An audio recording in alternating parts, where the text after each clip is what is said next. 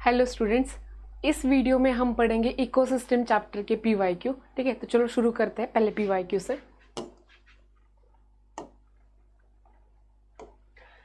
देखो पहला पीवाईक्यू क्या बोल रहा है, in equation GPP minus RP equals to NPP, GPP is the gross primary productivity. अब हमें पता है जीपीपी मतलब क्या होती है, ऐसी प्रोडक्टिविटी जो प्लांट फोटोसिंथेसिस करके बनाता है, या फिर ऐसा बायोमास जो प्लांट फोटोसिंथेसिस करके बनाता है, उसे हम जीपीपी बोलते हैं। ठीक है, माइनस आर किया है यहाँ पे और is equals to NPP. NPP मतलब नेट प्राइमरी प्रोडक्टिविटी।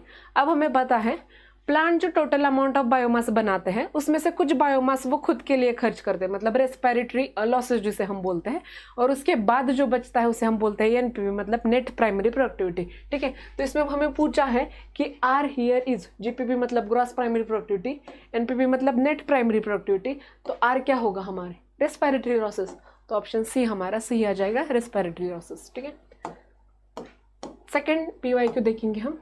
देखो आइडेंटिफाइड द करेक्ट स्टेटमेंट। अब पूछा है कि नीचे दिए गए जो स्टेटमेंट है उनमें से करेक्ट स्टेटमेंट कौन सा है। ठीक है, अब देखो सबसे पहले देखो डेट्रिटिओर्स परफॉर्म फ्रेगमेंटेशन। हाँ, ये तो सही बात है कि वो फ्रेगमेंटेशन करते हैं। The humus is further degraded by some microbes during mineralization, बराबर है। ह्यूमस एक डार्क कलर का एमॉर्फस सब्सटेंस है जिसके ऊपर जो माइक्रोब्स ग्रो करते हैं उनका रेट बहुत कम होता है, मतलब बहुत कम रेट से माइक्रोब्स ग्रो करते हैं। लेकिन जब भी माइक्रोब्स इनके ऊपर ग्रो करेंगे, इन्हें डिग्रेड करेंगे, तो मिनरल्स रिलीज करेंगे, मतलब मिनरलाइजेशन की प्रोसेस होगी। तो ये भी हमारा सही स्टेटमेंट है। उसके बाद water soluble inorganic nutrients go down in the soil and get precipitated by the process of leaching। हाँ, ये भी सही है। हमें पता है कि जो भी इनऑर्गेनिक सब्सटेंस होता है जो वाटर सोल्यूबल होता है वो पानी के अंदर सोल्यूबल हो जाके सॉइल के बहुत इनर लेयर तक जाता है और हमें हमारे प्लांट्स के लिए या फिर प्रोड्यूसर्स के लिए वो अनअवेलेबल बन जाते हैं। इसी प्रोसेस को हमने लीचिंग बोला है, तो ये भी सही है। Detritus food chain begins with living organism. देखो ये गलत है, कभी भी डेट्रिटस फूड चेन जो है वो लिविंग ऑर्गेनिज्म से शुरू नहीं होगी, वो किसी भी डेड एंड डिकेइंग से होगी, तभी तो उसे हमने डेट्रिटस फूड चेन नाम दिया है ना, तो ये गलत है। Earthworm breaks down the detritus into smaller particles by the process called catabolism. Catabolism नहीं बोलेंगे हम, उसे फ्रैगमेंटेशन बोलेंगे। इसका मतलब ये दो गलत है। First second and third statement हमारा बस सही है। देखो ऐसा कोई ऑप्शन है फर्स्ट सेकंड एंड थर्ड, देखो ऑप्शन ए हमारा सही आ जाएगा जिसमें पहले तीन स्टेटमेंट हमें सही बोलेंगे। ठीक है, नेक्स्ट पीवाईक्यू देखेंगे। Given below are two statements, नीचे दो स्टेटमेंट दिए गए हैं। ठीक है, अब इसमें से हमें करेक्ट या फिर इनकरेक्ट कौन सा है ये देखना है। देखो decomposition is a process in which the detritus is degraded into the simpler substance by microbes. हाँ, बराबर है कि डिकम्पोजिशन मतलब क्या होगा, in which detritus is degraded by into simpler substance by microbes. ये तो सही है हमारा statement. Decomposition is faster if the detritus is rich in lignin and chitin. नहीं, ये गलत है। लिग्निन एंड काइटिन मतलब कॉम्प्लेक्स सब्सटेंस है, अगर जितने ज़्यादा लिग्निन जितने ज़्यादा काइटिन होंगे ना उतना ज़्यादा डिकम्पोजिशन का रेट हमारा कम हो जाएगा। ठीक है, बढ़ेगा नहीं, कम हो जाएगा, जो कि यहाँ पे उल्टा लिखा है, इसका मतलब ये गलत आ जाएगा। देखो ऐसा कोई ऑप्शन है, statement 1 is correct but statement 2 is incorrect, इसका मतलब बी ऑप्शन हमारा सही हुआ। ठीक है, आगे देखते हैं। Detritivores break down detritus into smaller particles, this process is called. अब डेट्रिटिवोर्स जो होंगे वो डेट्रिटस को बहुत छोटे स्मॉलर पार्टिकल्स में डिवाइड कर देंगे, इसे हम क्या बोलेंगे हमें पता है, इसे हम बोलेंगे फ्रैगमेंटेशन। ठीक है, फ्रैगमेंटेशन मतलब कोई भी डेट्रिटिवोर, जैसे कि मान लो अर्थवर्म है, वो पहले डेट्रिटस को हमारे बहुत छोटे फ्रैगमेंट्स में डिवाइड कर देगा, तो उसे हम क्या बोल देंगे, फ्रैगमेंटेशन बोल देंगे। ठीक है, अगला पीवाईक्यू देखो। द अमाउंट ऑफ बायोमास, ठीक है, कितने अमाउंट का बायोमास बनता है, और organic matter produced per unit area over a time period by plants during photosynthesis. अब देखो अगर कोई भी ऐसा क्वेश्चन आता है ना तो उसमें सबसे पहले ये देखना है कि टोटल अमाउंट पूछा है या नेट अमाउंट पूछा है, प्लांट प्रोड्यूस कर रहे हैं या कंज्यूमर प्रोड्यूस कर रहे हैं, ये देखना है। ठीक है, अब यहाँ पे हमें प्लांट प्रोड्यूस कर रहे हैं ड्यूरिंग द फोटोसिंथेसिस ऐसा बोला है, इसका मतलब ये प्राइमरी प्रोडक्टिविटी होगी, सेकेंडरी का तो कुछ आएगा ही नहीं। ठीक है, अब देखो अमाउंट ऑफ बायोमास और organic matter produced per unit area और ओवर टाइम, मतलब उसमें से हमने रेस्पिरेटरी लॉसेस माइनस नहीं किए हैं, जो pure amount of biomass plant बना रहा है उसके बारे में पूछा है, तो सही आंसर क्या आ जाएगा, it is gross primary productivity. Amount of biomass जो प्लांट प्रोड्यूस करता है फोटोसिंथेसिस के वक्त उसे हम बोलते हैं ग्रॉस प्राइमरी प्रोडक्टिविटी। ठीक है, चलो नेक्स्ट देखते हैं।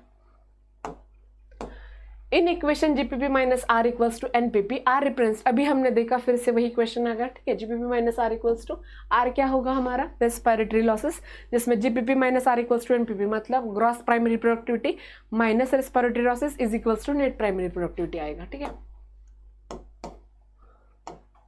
आगे देखो, in relation to gross primary productivity मतलब जीपीपी के बारे में पूछा है, and net primary productivity of an ecosystem which one of the following statement is correct. अब नीचे दिए गए स्टेटमेंट में से करेक्ट स्टेटमेंट कौन सा है ये देखना है। अभी हमने एक फॉर्मूला देखा, GPP minus R equals to NPP, इसका मतलब एनपीपी हमारा कम होगा और जीपीपी हमेशा ज़्यादा होगा, जीपीपी की वैल्यू हमेशा ज़्यादा होगी, ठीक है। सोच लो, मानो मैं यहाँ पे तुम्हें पूरा कंसेप्ट बता देती हूँ, ठीक है। मान लो कोई एक एम्प्लॉई है और उसकी सैलरी है, चलो मान लो 70,000 उसकी सैलरी है, ठीक है। लेकिन उस सैलरी में से उसका कुछ पीएफ कटता है, उसका घर का कुछ रेंट जाता है, ठीक है। तो सपोज मान लो ये सब मिला के 20,000 उसके अकाउंट में से जाते हैं। टोटल सैलरी उसकी थी 70,000, लेकिन पीएफ वगैरह उसके कुछ ईएमआईज होंगे, रेंट होगा, वो कट के उसके अकाउंट में आते हैं 50,000, ठीक है। तो टोटल सैलरी मतलब जीपीपी, ठीक है। टोटल सैलरी का मतलब है यहाँ पे देखो, टोटल सैलरी कितनी थी उसकी 70, मतलब ये थी जीपीपी। प्लांट टोटल अमाउंट में कितना बायोमास बनाता है उसे हम जीपीपी बोलेंगे, लेकिन 70,000 में से उसने 20,000 खर्च कर दिए, या फिर ईएमआई पे गए, पीएफ पे गए, या फिर चलो रेंट में वगैरह किस में गए, ट्रैवलिंग में गए, तो 20,000 गए, तो बाकी कितने बचे उसके पास 50। इसका मतलब आर मतलब जो खर्चे होंगे, या फिर चलो प्लांट ने जितना भी बायोमास बनाया उतना सभी का सभी ना थोड़ी वो दूसरे को देगी, मतलब कंज्यूमर के लिए अवेलेबल कर देगी। प्लांट खुद भी तो कुछ यूज़ करेगी उसके ग्रोथ के लिए, उसके अंदर के सेल डिवीजन के लिए, उसके नॉर्मल मेटाबॉलिक प्रोसेसेस के लिए, उसे हमने आर से डिनोट किया। और बाकी जो बचेगा जिसे हम बोलते हैं एनपीपी, जो कि कंज्यूमर को अवेलेबल हो जाएगा खाने के लिए, उसे हम बोलेंगे एनपीपी। मतलब ही 70,000 gross primary productivity, 50,000 net primary productivity. R मतलब उसके रेस्पिरेटरी लॉसेस, या फिर इस एग्जाम्पल में देखें तो आर का मतलब है उसके खर्चे, ठीक है।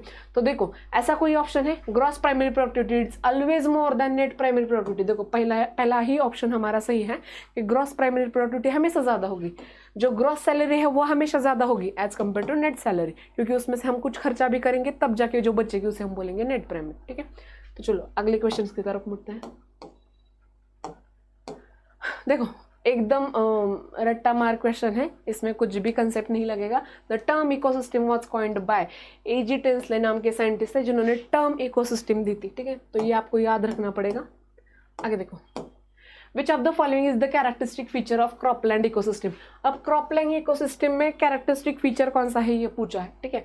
एब्सेंस ऑफ सॉइल ऑर्गेनिज्म नहीं, ऐसा नहीं होगा, सॉइल ऑर्गेनिज्म तो होगा इसके अंदर। लिस्ट जेनेटिक डाइवर्सिटी, हाँ ये चलो हो सकता है। एब्सेंस ऑफ वीड्स, ये भी नहीं होगा, होंगे वीड्स। इकोलॉजिकल सक्सेशन, ये भी नहीं होगा। तो ये क्या आएगा हमारा सबसे पहला, लिस्ट जेनेटिक डाइवर्सिटी होगी क्रॉपलैंड के अंदर, ठीक है। देखो, vertical distribution of different species occupying different levels in the biotic community is known as, अब इसे हम बोलते हैं स्ट्रैटिफिकेशन। स्ट्रैटिफिकेशन मतलब क्या, हमारे जो प्लांट्स होंगे किसी भी फॉरेस्ट के अंदर एक डिफरेंट लेवल ऑफ स्ट्रैटा को ऑक्यूपाई करेंगे। जैसे कि मान लो ये फॉरेस्ट की लैंड है, जो हमारे ट्रीज है बड़े बड़े वो एकदम टॉप स्ट्रैटा शेयर हमारा कंज्यूम कर देंगे, ठीक है, या फिर उसमें प्रेजेंट रहेंगे। सपोज मान लो हमारे पास कुछ श्रब्स है, ठीक है, ये कहाँ पे होंगे, सेकेंड लेवल पे होंगे, और सबसे छोटे क्या होंगे, हमारे हर्ब्स या फिर ग्रासेस होंगे, ठीक है। तो इस तरह से जो अरेंजमेंट है, वर्टिकल डिस्ट्रीब्यूशन है हमारे स्पीसीज का occupying different levels in the biotic community, उसे हम क्या बोलते हैं, स्ट्रैटिफिकेशन बोल देते हैं, ठीक है। चलो आंसर आ गया स्ट्रैटिफिकेशन। आगे देखेंगे हम, the mass of living material at a trophic level at a particular time it's called. अब लिविंग मटेरियल का mass of living material at a trophic level at a particular time, अब हमें पता है ये स्टैंडिंग क्रॉप की definition है। Standing crop मतलब क्या होता है, चलो मान लो एक पर्टिकुलर टाइम में एक पर्टिकुलर एरिया के अंदर कितना लिविंग मास प्रेजेंट है उसे हम बोलते हैं स्टैंडिंग क्रॉप। तो इसका सही आंसर आ जाएगा स्टैंडिंग क्रॉप, ठीक है। चलो आगे देखेंगे, in an ecosystem the rate of production of organic matter during photosynthesis. अब देखो इकोसिस्टम में पूछा है, rate of production of organic matter पूछा है, मतलब कितने रेट से वो ऑर्गेनिक मैटर प्रोड्यूस कर रही है during the photosystem is termed as. अब हमें पता है कि देखो सबसे पहले तो ये देखना है कि ऑर्गेनिक मैटर कौन बना रहा है। फोटोसिंथेसिस कर रहा है, इसका मतलब प्लांट बना रहा होगा, और टोटल पूछा है, इसका मतलब क्या होगा इसका आंसर, ग्रॉस प्राइमरी प्रोडक्टिविटी। इसका कंसेप्ट कोई पहले क्वेश्चन में हमने एक्सप्लेन किया है, ठीक है। Which one of the following process during the decomposition is correctly described? Decomposition, देखो decomposition के प्रोसेस में which one of the following processes during decomposition is correctly described? अब करेक्ट स्टेटमेंट हमें ढूंढना है इसमें से, ठीक है। देखो humification leads to the accumulation of dark colour substance, ये बराबर है humus which undergo microbial action at very fast rate, ये गलत है, बहुत स्लो रेट से होगा, ठीक है। कैटाबॉलिज्म मतलब last step of decomposition under fully anaerobic condition, नहीं ये गलत होगा, लास्ट स्टेप थोड़ी ना है कैटाबॉलिज्म।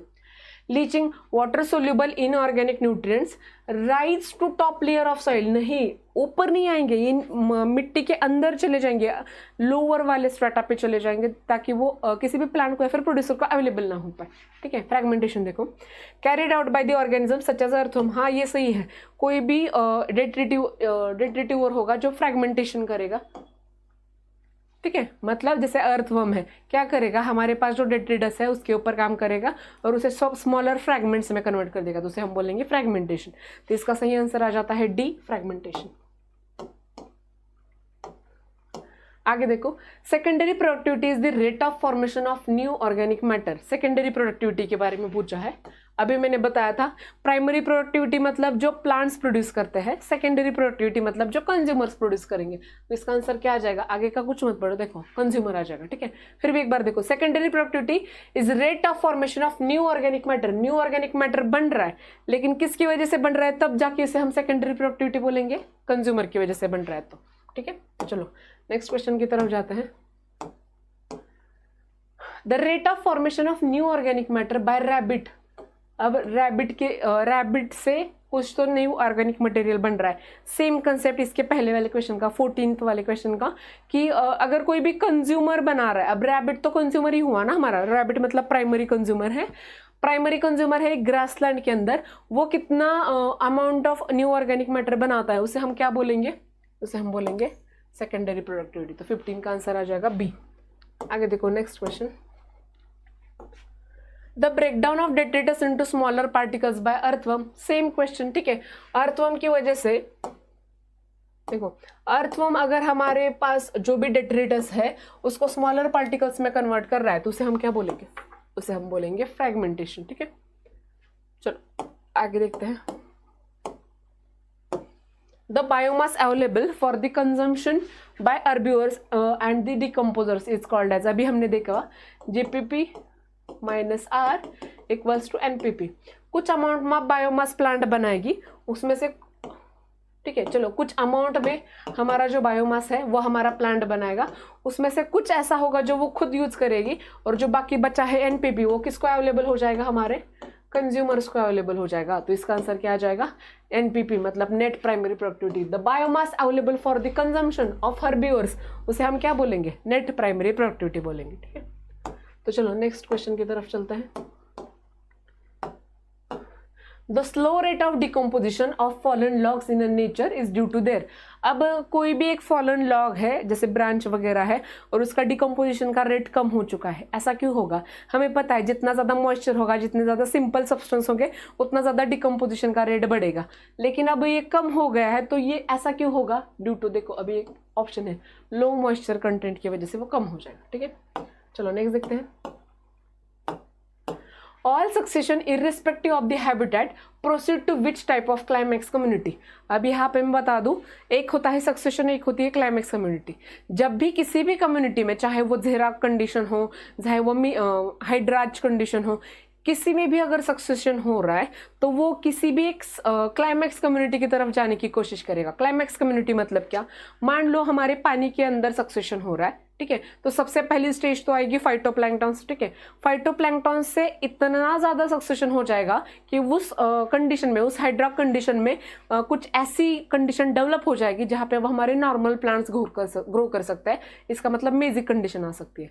अगर यही सक्सेशन ज़ेराक कंडीशन में आ रहा है, मतलब ज़ेराक इन्वायरमेंट में आ रहा है, तो वहाँ पे बहुत कम पहले तो ऑर्गेनिज्म होंगे या फिर प्लांट्स होंगे, उसके बाद वो इस तरफ जाने की कोशिश करेगा जिस जगह पे हमारे मेजिक कंडीशन ग्रो होने लग जाए, मतलब जब तक वहाँ पे एक मेजिक कंडीशन ग्रो नहीं हो पाती, एक क्लाइमैक्स कम्युनिटी नहीं जब ग्रो हो पाती, तब तक हमारा ये सक्सेशन चलता रहेगा। ठीक है, इसका मतलब चाहे सक्सेशन किसी भी जगह पे हो रहा हो, हर सक्सेशन बस और बस क्लाइमैक्स कम्युनिटी बनाने के पीछे चला रहता है। ठीक है, और ये क्लाइमैक्स कम्युनिटी हमारे लिए क्या होगी?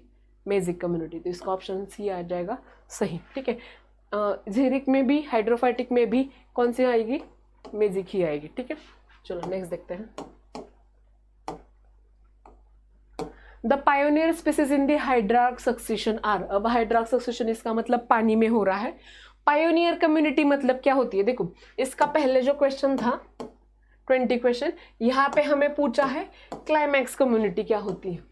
ठीक है, तो सोचो मान लो कि सपोज हमारे पास पत्थर है, ठीक है, बेयर रॉक से पहली बार वहाँ पे कुछ ना कुछ बन रहा है। चलो मान लो लावा है जो अब कूल हो चुका है।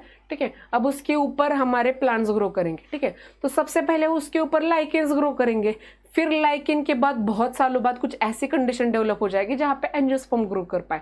तो सबसे पहले लाइकेन आए हमारे, इसलिए लाइकेन हमारी पायोनियर कम्युनिटी है। और सबसे जो क्लाइमैक्स कम्युनिटी होगी, मतलब सबसे ज्यादा स्टेबल कम्युनिटी होगी, वो होंगे एंजियोस्पर्म। ठीक है, तो इसका मतलब पायोनियर कम्युनिटी मतलब जो सबसे पहले सक्सेशन में आते हैं वो पायोनियर, और क्लाइमैक्स कम्युनिटी मतलब जो सबसे ज्यादा स्टेबल कम्युनिटी होती है वो है क्लाइमैक्स कम्युनिटी। ठीक है, तो चलो नेक्स्ट की तरफ बढ़ेंगे हम। क्वेश्चन देखो क्या था हमारा। क्वेश्चन था कि पायोनियर स्पीसीज इन हाइड्रार्क सक्सेशन। अब पानी के अंदर सक्सेशन हो रहा है, तो पायोनियर स्पीसीज मतलब सबसे पहली स्पीसीज क्या आएगी? हमें पता है फाइटोप्लैंक्टन्स आएंगे, filamentous algae, free floating angiosperm, submerged wooded plants, ये तो आगे आएंगे। लेकिन सबसे पहले किसी भी एक्वाटिक कंडीशन में, हाइड्रार्क कंडीशन में हमारे फाइटोप्लैंक्टन्स ग्रो करेंगे। ठीक है, आगे देखते हैं। The species that come to appear in a bare area is called. अभी देखा हमने बेयर एरिया के अंदर जो सबसे पहले स्पीसीज आती है उसे हम क्या बोलेंगे? पायोनियर स्पीसीज बोलेंगे। ठीक है, नेक्स्ट देखते हैं। चलो, मैच द फॉलोइंग करना है to their correct species example in the grassland. ठीक है, अब देखो हमें यहाँ पे एक ट्रॉफिक लेवल दी गई है और यहाँ कुछ ऑर्गेनिजम्स के नाम दिए हैं, हमें इसे मैच करना है। ठीक है, इजी से शुरुआत करते हैं। ट्रॉफिक लेवल क्या होगी? फर्स्ट ट्रॉपिक लेवल मतलब ग्रासेस होंगे। ठीक है, रैबिट मतलब क्या होगी? सेकेंड ट्रॉपिक लेवल होगी। फोर्थ ट्रॉपिक मतलब वल्चर होंगे, और थर्ड ट्रॉपिक लेवल मतलब क्रो होगी। देखो ऐसा कोई ऑप्शन है क्या? ए का क्या बना? सेकेंड, बी का बना थर्ड, सी का बना फोर्थ, और डी का बना फर्स्ट। ऐसा कुछ है क्या? देखो, डी का फर्स्ट आता है मतलब ये दोनों तो नहीं होंगे, सी का फोर्थ आता है, बी का थर्ड आता है, और ए का सेकंड आता है। इसका मतलब डी ऑप्शन हमारा सी है।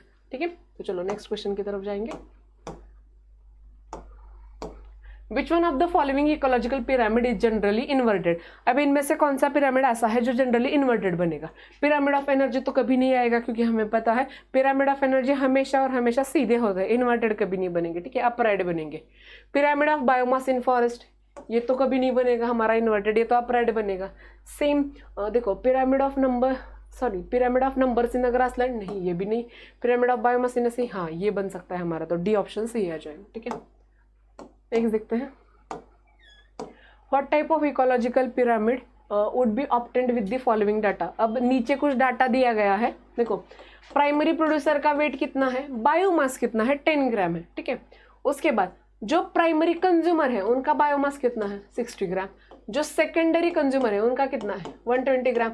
इसका मतलब बायोमास हमारा बढ़ता गया है। ठीक है, और हमें पता है जब भी हम पिरामिड बनाते हैं ना, तो उसका बेस, हम जो बेस होता है, सपोज मान लो ये पिरामिड है, तो इसका बेस हमेशा कौन ऑक्यूपाई करेगा, प्रोड्यूसर्स करेंगे।